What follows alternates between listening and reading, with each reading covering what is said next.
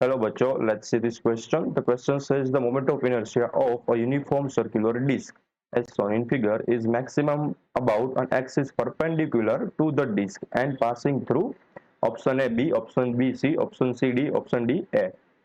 तो हमारे पास एक यूनिफॉर्म डिस्क है एंड हमें बताना है कि किस एक्सिस के अबाउट जो इन यूनिफॉर्म डिस्क की मोमेंट ऑफ इनर्शिया होगी वो मैक्सिमम होगी। ये हमारा टास्क है फाइंड करने का। तो हम इस प्रॉब्लम में जो की कंसेप्ट यूज करने वाले हैं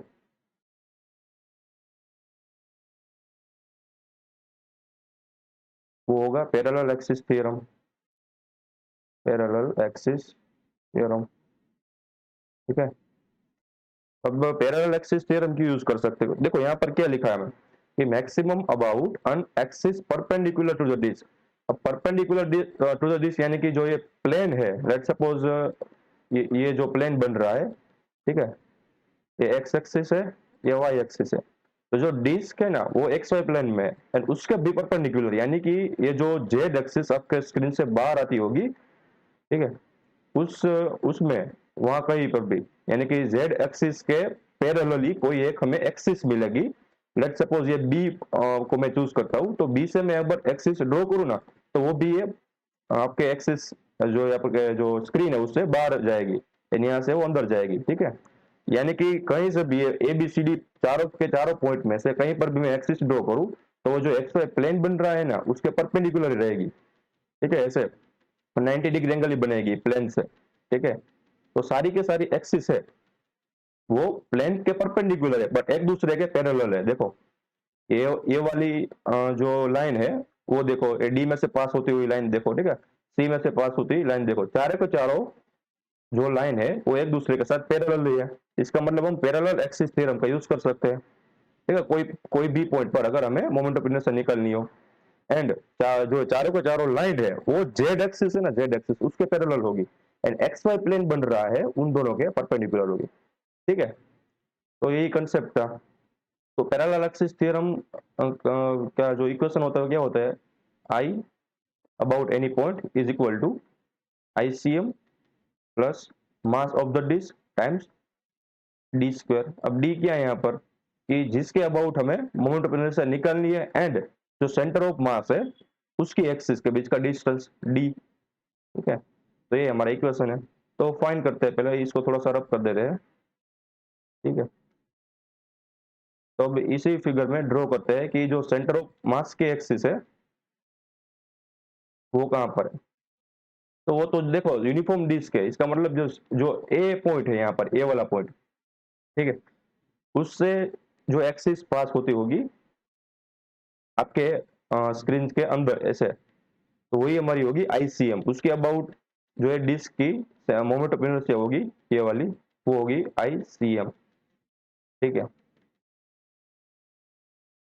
यहाँ से मैं इसको पीछे की ओर ले जा रहा हूँ। ओके यस, ये वाली एक्सिस है हमारी, वो ICM है। एंड जो मैं ये जो एक्सिस बनाई है वो आपके स्क्रीन से अंदर जाती हुई है एंड बाहर आती हुई है, ठीक है। ये 2 डायमेंशन में ऐसी दिखती है बट 3 डायमेंशन में आप इमेजिन कर सकते हो। अब क्या हुआ कि पॉइंट ए के अबाउट मोमेंट ऑफ इनर्शिया क्या होगी, तो पॉइंट यहाँ पर लिख देता हूँ, पॉइंट ए, वहां पर तो खुद सेंटर ऑफ मास है, ठीक है ना। यहाँ पर मैं लिख देता हूँ ये जो ये पॉइंट है, ये वाला पॉइंट, वहां पर खुद सेंटर ऑफ मास होता है। तो आई ए कह लो कि ICM कह लो, दोनों सेम ही है। इज इक्वल टू क्या होगा फॉर यूनिफॉर्म डिस्क के लिए, MR स्क्वायर बाई 2, ठीक है। तो moment of inertia about the centre of mass of the uniform disc क्या होती है, MR स्क्वायर बाई 2। अब हम ये जो पॉइंट बी है उसके about moment of inertia find करने की ट्राई करते हैं, ठीक है। तो पॉइंट ए की तो मोमेंट ऑफ इनर्शिया निकल गई, पॉइंट जो बी है वो कहाँ पर है, लेट सपोज है हमारी डिस्क की, तो पॉइंट डी है वो उसके डायामीटर के एंड पर है, ये उसका डायामीटर होगा, ठीक है। एंड यहाँ पर होगा उसका सेंटर, सेंटर ऑफ मास की एक्सिस जैसे पास होती है ये वाली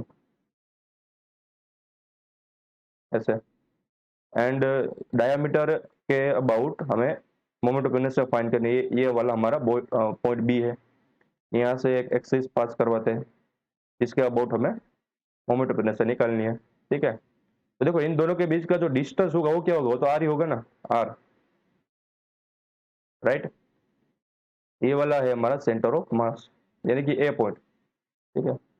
तो अब मैं यहाँ पर पैरेलल एक्सिस थ्योरम वापस से लगाता हूँ, तो आई ऑफ बी यानी कि moment of inertia about point B क्या होगा, सेंटर ऑफ मास के moment of inertia M R square by 2 plus ये बी पॉइंट से ये जो सेंटर ऑफ मास है वहां का डिस्टेंस, ठीक है, ये आर है, ये वाला आर, उन दोनों के बीच का डिस्टेंस हमें पता है, रेडियस जितना ही होगा, क्या होगा एम आर स्क्वायर, डी की जगह पर आर लिख दो, तो हमें क्या मिलेगा, हमें मिलेगा 3 mr² बाई 2।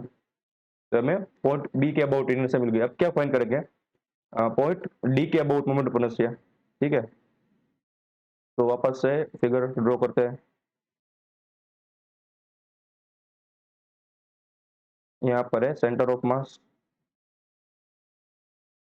जो पॉइंट डी है वो काफी नजदीक है सेंटर ऑफ मास से, तो यहाँ पर डी है पॉइंट, ये वाला पॉइंट डी, दोनों के वापस से हम एक्सिस ड्रॉ करते हैं, ठीक है, ऐसे कुछ। एंड पॉइंट डी के अबाउट, यस पॉइंट ए वाला डी है, पॉइंट डी के अबाउट हम एक्सिस ड्रॉ करते हैं,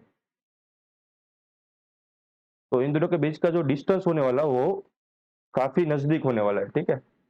ये जो डिस्टेंस है वो हम हमें पता नहीं कौन सा है, बट हम अज्यूम तो कर सकते हैं ना। लेट सपोज ये है डिस्टेंस D1, ठीक है। तो क्या आएगा, moment of inertia about point D can be given by mr square by 2 ICM plus m times उसके बीच का डिस्टेंस, दो centre of mass and D axis के बीच का डिस्टेंस D1 है, तो यहाँ पर मैं लिखूंगा D1 स्क्वायर, ठीक है। बाद में हम चारों के चारों को कंपेयर करेंगे, चारों के इक्वेशन को, पहले इक्वेशन हम लिख लेते हैं, एंड लास्ट वाली बची वो है सी एक्सिस, तो यहाँ पर है डी, यहाँ पर है सेंटर ऑफ मास एक्सिस, तो इसको ऐसे ड्रॉ करते हैं, एंड जो डी है वो यहाँ पर थोड़ा सा ऊपर है, ऊपर की साइड है, ये वाला, ठीक है, yes sorry C point, yes C point, okay. तो ये जो पॉइंट है उसका नाम है सी, यहाँ पर है सेंटर ऑफ मास। तो इन दोनों के बीच का जो डिस्टेंस है वो मान लेते हैं D2 है, राइट। तो moment of inertia about point C क्या होगा, I C is equal to mr square by 2 plus m times D2 square. अब देखो चारों के चारों पॉइंट के अबाउट हमें मोमेंट ऑफ इनर्शिया निकाल लिए। अब हम क्या करेंगे, चारों के चारों को कंपेयर करने वाले हैं, तो सबसे लीस्ट कौन सी है, हमें तो कौन सी चाहिए, हमें सबसे ज्यादा चाहिए ना, मैक्सिमम चाहिए, तो पॉइंट एक ही है वो लीस्ट है, सबसे कम है, क्योंकि उसमें सिर्फ mr स्क्वायर बाई 2 आ रहा है, देखो। एंड ये जो तीन है बी सी एंड डी, उसमें कुछ एडिशन टर्म भी आ रहा है, mr स्क्वायर बाई 2 तो आ ही रहा है, बट उसमें एडिशन टर्म भी आ रहा है, इसका मतलब सबसे लीस्ट है वो पॉइंट ए में है, तो वो हमारा कोई काम का नहीं है, ठीक है, ऑप्शन डी ऐसे ही कट गया, ठीक है। अब कौन सा बचा, अब देखो इन तीनों में से हमें चूज करना पड़ेगा कौन सा हमारा ऑप्शन सही है। अब सबसे ज्यादा डिस्टेंस होगा उसी की मोमेंट ऑफ इनर्शिया ज्यादा होगी, तो देखो बी से सी के बीच का जो डिस्टेंस है वो रेडियस जितना है, यानी जो सी है वो रेडियस से थोड़ा कम है, डी काफी ज्यादा कम है रेडियस से, यानी कि सबसे ज्यादा होगी मोमेंट ऑफ इनर्शिया वो पॉइंट बी के अबाउट होगी, ठीक है। एंड जो सी पॉइंट की होगी वो उससे कम थोड़ी होगी, पॉइंट बी से कम बट पॉइंट डी से ज्यादा, एंड एक ही सबसे लीस्ट होगी, तो मैं यहाँ पर लिख देता हूँ कि किसकी मोमेंट ऑफ इनर्शिया सबसे ज्यादा है, ठीक है। तो जो पॉइंट डी है उसकी मोमेंट ऑफ इनर्शिया ज्यादा है, तो आई डी ऐसे ही लिख देता हूँ, moment of inertia about point D is greater than, कौन आएगा, सी पॉइंट आएगा, तो moment of inertia about C greater than moment of inertia about D point, and last में आएगी moment of inertia about A. तो ऐसे हमारा answer बन गया है। अब देख लो कौन सी हाईएस्ट है, डी के अबाउट हाईएस्ट है ना, so the final answer of the question is option C, that point D has a maximum moment of inertia. I hope you understood it well. Best of luck.